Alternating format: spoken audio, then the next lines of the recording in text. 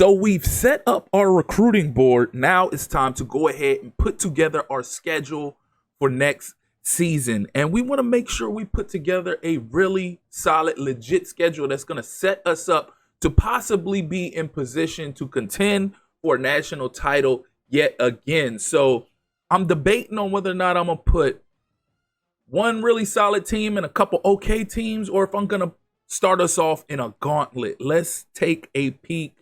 Let's see. Do I start off with Ohio State early in the year, or do I put them a little further down? One thing we're not going to do is play against this BS made up FCS team.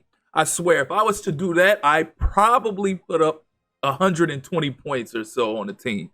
So we want to see if Ohio State is available for week 1, because why not? We definitely want to make sure we face off against them again, because although we didn't contend against them in the college football playoff, we played them in the regular season last season, and we actually came through with the overtime W. I could put Florida Atlantic.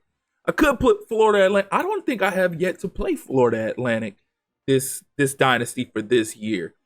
We'll come back to that. We revisit that. That ain't exactly a gauntlet team, but it would be nice to face off against the team that I used to rebuild in 25.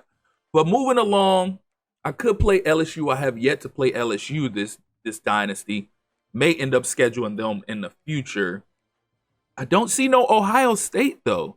I may end up having to put somebody else for week 1, and then Ohio State. I could do Clemson. I've never played Clemson before. Florida Atlantic could be a start. I might have to go there. Might have to roll with Florida Atlantic. We're going to wait and see. First, let's see what we have here in week 2. See if Ohio State is available in week 2. Let's check again for week 1, though. Let's see, Big 12. No, it's not. It's not Big 12. It's Big 10, correct? Yeah, it's Big. Oh, they are available. I don't know why I wasn't seeing them when I was originally looking at it. All right, cool. So we do have Ohio State available to us week 1. We'll leave Kentucky there. Not necessarily a major gauntlet, but it's an SEC team. Any SEC team is going to be pretty challenging for the most part. Let's go with Georgia for week 3.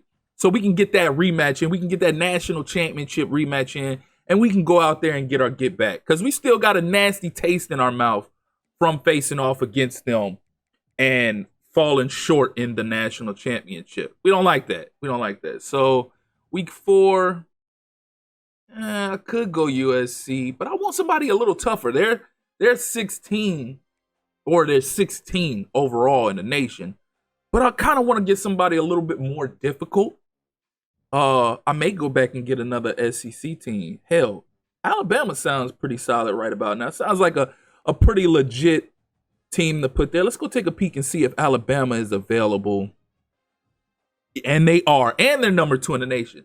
So couldn't be a better follow-up opponent after Georgia. Because if we end up knocking off Georgia and then we play Alabama and knock them off, we're pretty set. Because then that means all we have to do is win all our conference games throughout the rest of the season, and we'll be straight. So I like this gauntlet to start the year. So we got Ohio State. Then you got Kentucky, who isn't necessarily a powerhouse, but they're an SEC team, so they have cachet. And then we got Georgia and Alabama. Georgia being preseason number 1 and Alabama being preseason number 2. So we saving those changes, and we're going ahead and we're going to move along to the next week, checking out the top stories. I think we already looked at the top stories, have we? So Heisman Trophy, the candidates here, Pittsburgh's quarterback, Jaron Q Saga, whatever his name is, but I'm going to be keeping a close eye on them, because if I'm not mistaken, I think that quarterback is a quarterback that I was heavily recruiting 2 seasons ago. If I'm not mistaken, that's been a minute ago and a lot of episodes ago, so I can't really fully remember, but I'm going to have to keep a close eye on him, because if he ends up winning the Heisman, I'm going to be sick, because he is somebody that we were heavily recruiting. So taking a peek at our depth chart, T. Martin cannot be starting at run. How is T. Mart starting at fullback? See, I don't understand the logic behind the AI in this game sometimes. Because why is T-Mart starting at fullback? He's not even big enough to be a fullback. He's 5'8", 190 something pounds. Like, what are we doing here? So we'll put Silas Lake. No, because Silas Lake is our starter. We'll put Albrick there. Yeah, there we go. And Albrick has somewhat speed and acceleration, agility. So that's a good look right there. Jalen Coleman, who was one of the transfer portal guys that we ended up bringing in. So we're gonna have to make sure we utilize him throughout this season as well. Taking a peek at our receivers, we're gonna do a lot of work and a lot of damage with Babineau and Mekhi White. I'm still on cloud nine that we were able to steal Mekhi White through the transfer portal, because we were nowhere near close to being on his radar, and we took a stab at it. But the team that was in first place had a whatever tier that was, purple, pinkish, whatever kind of tier that was. So I didn't think we had a legit shot. But little did I know, we skyrocketed up his interest list, and then we ended up overtaking him at the last minute, getting him to commit to us before the preseason started. So let's go. We're pretty hype about that. We're pretty hype about Sergio Suggs as well. But everything else is looking pretty solid as far as the depth chart is concerned. So I like what we got. Kick returner. We could change this up. I don't know about having Wayne Harris here. We're going to put Brantley there, and then we're going to put Clyde Butt as the secondary returner right there. Somebody with a little bit of speed himself. Change of direction ain't the best. It's only a 79. But we could work with the speed aspect. Punt returner, Brantley again, and then, of course, Clyde Butt will be the second option there. Long snapper, Dragos. We're not really going to change none of that. Third down back is Albrick. Hell, I want to change that and put T-Mart in there. T-Mart got more speed, more acceleration, more agility, and he has a better carry. We could put Coleman. Yeah, let's put Coleman and get Coleman a little bit of love, because I was just talking about Coleman and needing to see some action from him this year. Slot receiver, Dontrell Bennett. Let's put Kylan Brantley right there. Yeah, I like that. I like that because he's gonna come in handy for those motion plays where he runs up the seam at the slot position. So I think we're pretty set there. We can go ahead and advance to the next week and see what things we have in line before we actually have to advance to week 1 and get in on some of that regular season action, that week 1 action against Ohio State, a big time Ohio showdown yet again. So we have recruiting, we have our board set, so all we have to do there is go actually recruit those guys. Big time matchup, week 1, Miami number 6 versus number 24 USF. Then you have Oklahoma facing off against a cupcake opponent in Colorado State. They should smack them around. And then you got Washington facing off against ULV or UNLV. Jesus Christ. So now we have 450 hours to work with as far as recruiting is concerned this week. So we got 90 acceleration for left at wide receiver. So we're going to go ahead and put probably, let's send the house. Let's send the house for him. So we're going to go ahead and send the house for him. Who else do we have? Marco Davis. He has 89 acceleration. Probably send the house for him as well. Let's just send the house. Be on the safe side, send the house. All right. So McClellan. What do we have here? We're going to send the house for you as well. Okay, so tight end Anthrop. We only have 300 hours to work with right now. All right, so 25 there. Left tackle. Probably do 25 here also, or just DM the player. Let's just DM the player for now. All right, Massey. Let's check on our defenders first. We want to check on the guys who we know has high speed first. So we're going to send the house for all of those individuals, and whatever we have left over after that, we'll go ahead and use that toward. And we're in a good position right now with Pitts. We're number 1 on his board, so it's a good look for us so far. 50 for him. Will. Oh, we're in second there.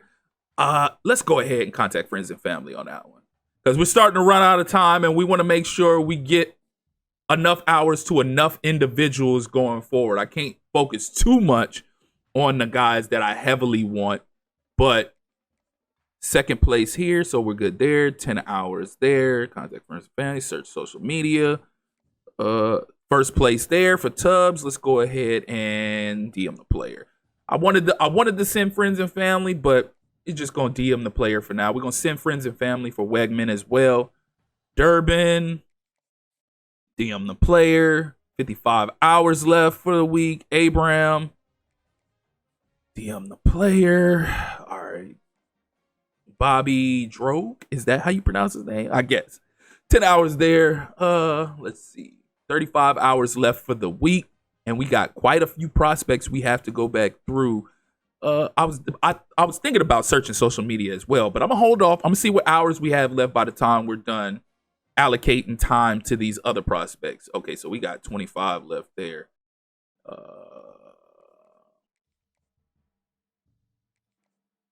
Retract that. Do 10 hours because that cut into our time big time. And like I said, we got quite a few prospects left that we actually have to allocate time for. And if we don't allocate hours towards those guys already right out the gate, then they're going to go ahead and lock us out, especially if we aren't already in their top 10 or their top 5. So 5 hours left. Go ahead and use those 5 hours on Howie Parker.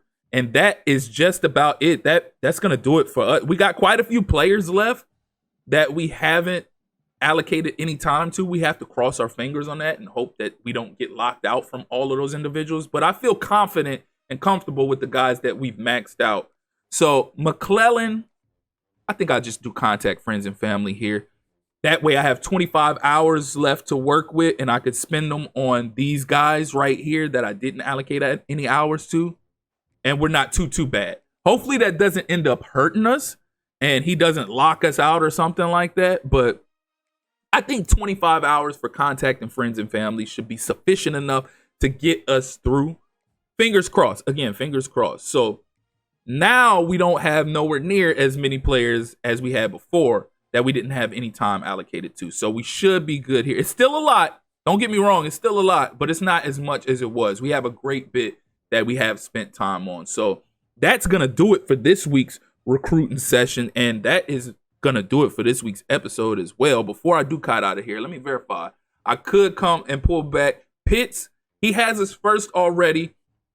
If we take away from him, the chances are there could be some slippage because the people who have second actually has a better tier than us. But we'll go with Kilroy since we're not even really on his radar. And we'll just give him contact friends and family to see if we can get on his radar. And now we can go ahead and spend some hours on these other guys that we have left out in hopes that this actually helps us and we can get on their radar and don't get locked out by any of these individuals. This may not. It may not. It's only 5 hours. It may not be enough to get us back on their radar. But there you have it. We only have roughly 5 players that we didn't get a chance to spend any time on. Oh, should I take away from Pitts or not? I just feel like if I take away from him, it's going to be bad because you got Maryland sitting behind us with that purple tier that could possibly jump us because we made a massive jump and we moved up. We jumped them just by offering a scholarship. I don't want to take away ours. Yeah, I think I'm going to leave that alone. Let me see if there's somebody else I could take from. Can't take from Davis. We're not on his radar. We want to get on his radar, and the other teams above us are pretty close. Anthrop. Decisions. Just when I was about to get out of here, my brain won't let me get out of here because I don't feel confident leaving those guys without any hours. I just feel like I have to have hours allocated to them. Because I feel like it's a death sentence once we advance and go to the next week. If I don't have any hours to them, that they're going to lock us out. So Marco Davis is just going to have to be the oddball. Hopefully contacting friends and family is sufficient enough to get us by. Only time will tell. We'll see.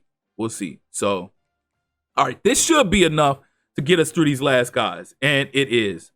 Perfect. So we can do DM the player here. Or, yeah. I have one more player left. I'm tripping. I thought I didn't have another player left. So that's going to do it for this episode. As always, if you're here for the first time or you're returning and you haven't liked or subscribed already, please do so. Click that notification tab so you can stay up to speed with more of this Kent State rebuild, as well as other College Football 26 content. Again, I appreciate you all for tuning in. That's been my time. Till next time.